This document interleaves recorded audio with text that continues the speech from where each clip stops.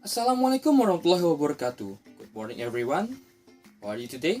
I hope you all doing well.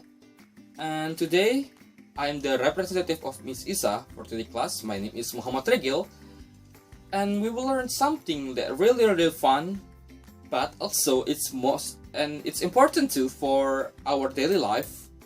And before we get started, let's pray together by saying basmalah. Bismillahirrahmanirrahim. And before we get started, let's warm up together. And I will explain about the rules for today's class, so please listen carefully. And the first one, you have to listen to my explanation carefully, and then you have to go to the Google Classroom after this video ends, and you have to answer the question that I have attached on the previous post in the Google Classroom, and answer the question carefully. So, today we will learn something really fun, because it has to do with something that you guys have a hobby with. For example, like writing or reading novels. Jadi pernah nggak kalian baca atau menulis novel? Nah, ketika kalian baca novel, kalian pasti tahu bahwa banyak point of view yang bisa kalian dapatkan di situ. Contohnya, sudut pandang orang pertama, kedua, dan lain. The first person point of view, second and the third, and so on. Nah, jadi untuk kalian ketahui, ketika kalian membaca novel dan mengetahui hal tersebut, berarti sudut pandang adalah cara menjelaskan suatu keadaan tentang seseorang atau subjek tersebut. Apakah kalian sudah paham apa yang saya maksud sini? Apa yang akan kita pelajari hari ini? Ya, jadi hari ini kita akan belajar tentang passive and active voice. Jadi sedikit menyentuh tentang hal yang tadi, sedikit mirip. Nah, kita akan pelajari. But before we get started into the topic, furthermore, we have to know what is verb and voice. Jadi voice adalah form of verb that takes to indicate the whether the subject of the verb perform or receive the action. Jadi voice adalah bentuk dari verb atau kata kerja yang mengidentifikasikan apakah subjek tersebut atau orang tersebut merupakan verb perform yang melakukan performa dari verb tersebut ataupun yang menerima dari action tersebut atau keadaan tadi. There are two types of voice, and those are active voice and passive voice. Tentu saja. Jadi seperti yang saya jelaskan tadi, ketika menggunakan active voice berarti secara langsung, dan ketika menggunakan passive voice berarti the subject is the receiver atau orang yang menerima suatu kegiatan tadi. Tapi lebih jelasnya akan saya jelaskan di next slide. Oke. Jadi kita akan mempelajari tentang active voice terlebih dahulu, yaitu active voice indicates that the subject of the verb is acting, yaitu melakukan suatu hal yang dijelaskan oleh verb tadi. Jadi subjeknya melakukan secara langsung hal yang kalian jelaskan dari verb tadi. Jadi karena the subject does or acts upon the verb in such sentence, the sentence are said to be active voice. So, jadi active voice ada beberapa contoh yang dapat saya contohkan di sini, yaitu adalah contoh pertama, the dog jumped onto the boy. Jadi the dog sebagai subjek lalu is doing the jumping, jump onto the boy. Cara langsung menjelaskan bahwa anjingnya loncat ke arah anak laki-laki secara langsung. Jadi subjeknya adalah anjing tersebut. Lalu yang kedua adalah Christy will give a book report to the class. Christy sebagai subjek is doing the giving, will give a book report to the class. Secara langsung menyatakan bahwa si Christy akan memberikan sesuatu, yaitu book of report. Lalu yang ketiga adalah the computer ate my paper. Nah, the computer sebagai subjek doing the eating, eat my paper. Jadi di sini untuk verbnya biasanya menggunakan verb to. So jadi yang ketiga contohnya tadi adalah yang menggunakan verb 2, yaitu dari yang pertama eat, eaten. Jadi di sini menggunakan verb kedua untuk active voice. Lalu passive voice, kita lanjut ke passive voice. Jadi passive voice sentence, the subject and the object flip-flop, saling bersangkutan, dan juga the subject becomes the passive recipient of the action. Jadi subjeknya atau orangnya menjadi penerima pasif dari action tersebut atau kejadian yang dilakukan tersebut. Karena subjek act upon atau bekerja menyesuaikan dari sentence yang tadi, maka dari itu disebut sebagai passive voice. Oke, passive voice.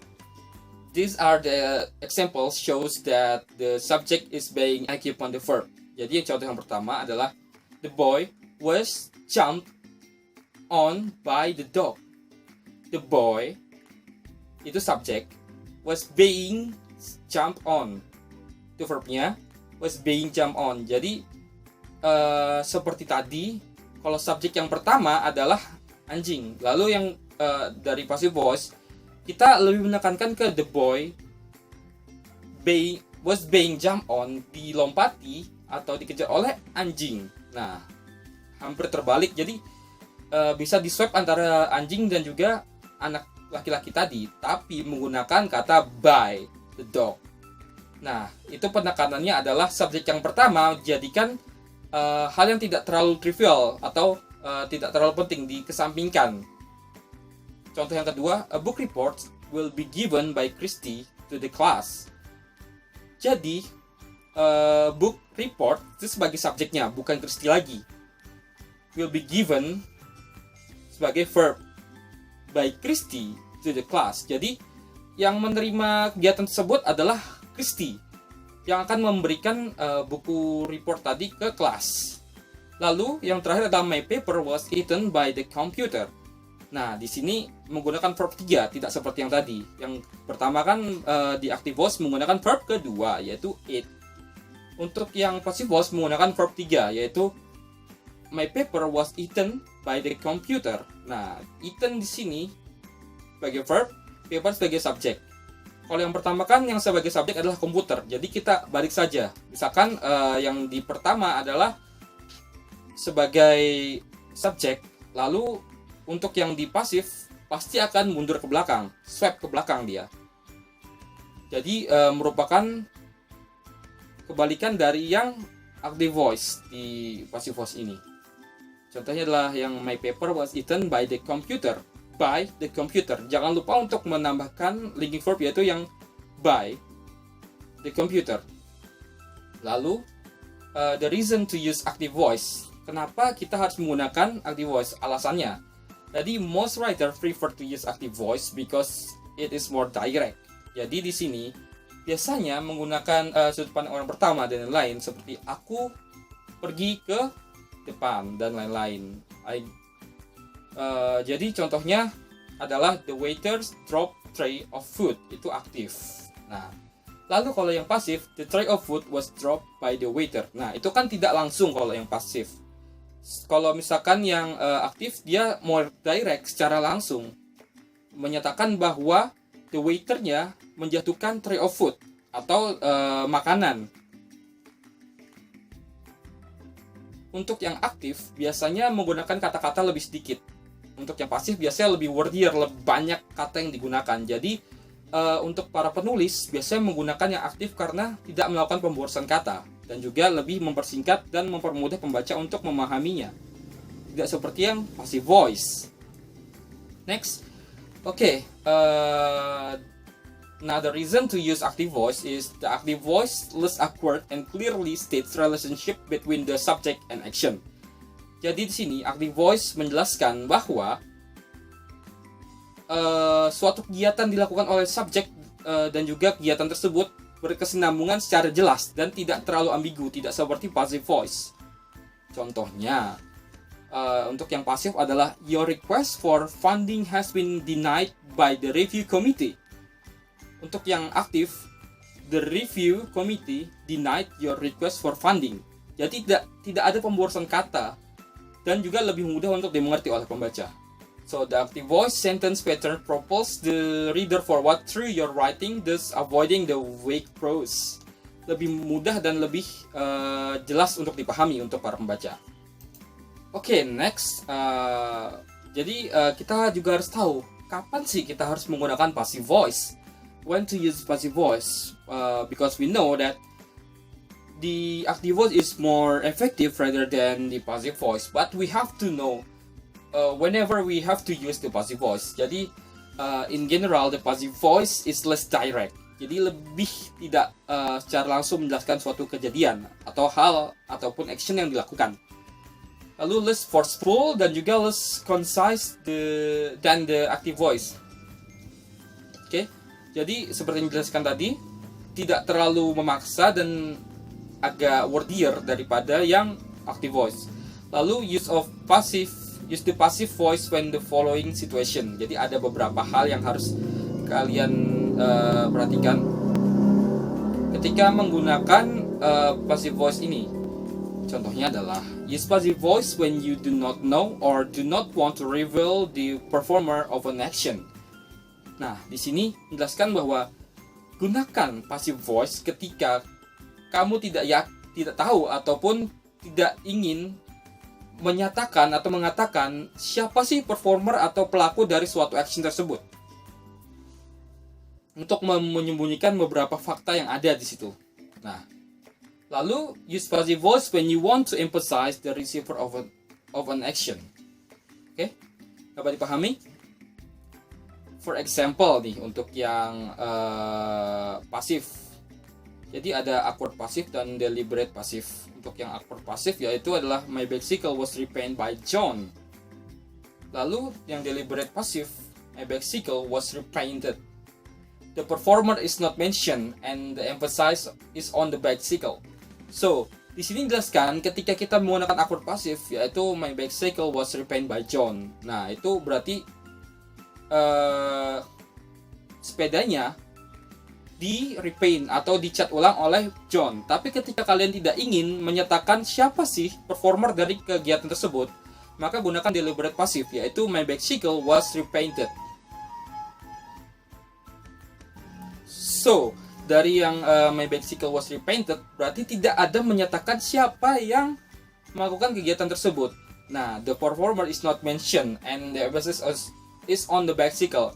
Jadi fokusnya adalah ke bicycle-nya tadi atau subjeknya ya, yang sepeda itu telah diwarna ulang. Seperti itu contoh untuk penggunaan passive voice. Tapi kalau misalkan untuk pembelajaran seperti ini kita menggunakannya yang awkward itu tidak apa-apa, soalnya untuk sebagai contoh saja. Itu tidak masalah. Tapi untuk ketika kita dalam penulisan dan lain-lain biasanya menggunakan deliberate passive voice. Oke. Lalu form of passive voice verb. The passive voice requires a double verb. Jadi menggunakan double verb atau kata kerja. And will always consist of a form of the verb to be. Harus ada to be-nya biasanya, dan the past participle usually n, ed or t. Jadi biasanya menggunakan akhiran en, ed atau t. Misalkan yang eaten dan lain-lain gitu, itu passive voice biasanya kan. Gunakan verb 3 kebanyakan. Lalu contohnya adalah yang aktif adalah John baked the bread. Oke. Lalu yang pasif adalah the bread was baked by John. So was is a form of verb be, tapi di past participle. Jadi was baked by. Jangan lupa menggunakan by untuk menyatakan bahwa pelakunya adalah John, tapi secara tidak langsung. Oke. Lalu form of passive voice verb yang lain adalah the writer should be familiar with the form of to be. Dia harus terbiasa dengan bentuk-bentuk dari to be, often called linking verb, ya kan? So that they can easily identify the passive voice in their work. So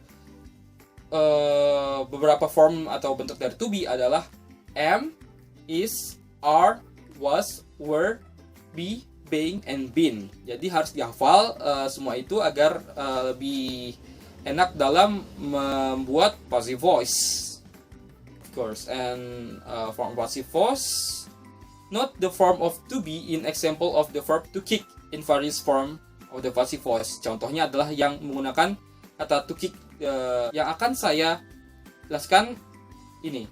Jadi beberapa contohnya adalah is kick, had been kicked, was kicked, is going to be kicked, is being kicked, will be kicked, has been kicked, can be kicked, was being kicked, should be kicked. Nah, di situ adalah beberapa bentuk dari to be yang dapat digunakan ketika menggunakan passive voice.